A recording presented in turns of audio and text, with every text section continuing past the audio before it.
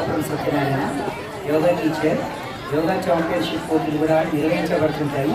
అయితే ఈరోజు నిర్వహిస్తున్నటువంటి ఈ రాజీవ్ గాంధీ ఆటల పోటీలు యందు పాల్గొంటున్న విద్యార్థులందరికీ నా ధన్యవాదాలు.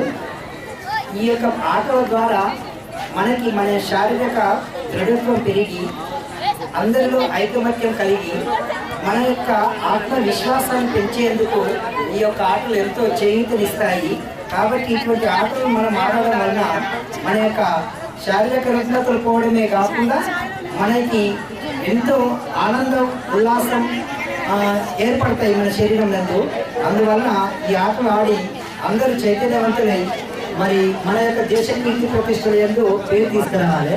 ఒక డాక్టర్ ఉన్నాడంటే పట్టణానికే పరిమితం ఆయన యొక్క ఉన్నత స్థాయి.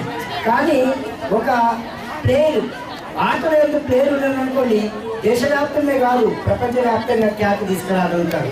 ఉదాహరణకి సచిన్ టెండూల్కర్ ఉన్నారంటే ఆయనే క్రికెట్ ఎందు ఆటల ఎందు మంచి నైపుణ్యత కలిగిన వ్యక్తి కాబట్టి ఈనాడు ఆయన ప్రపంచవ్యాప్తంగా కీర్తి గావించారు.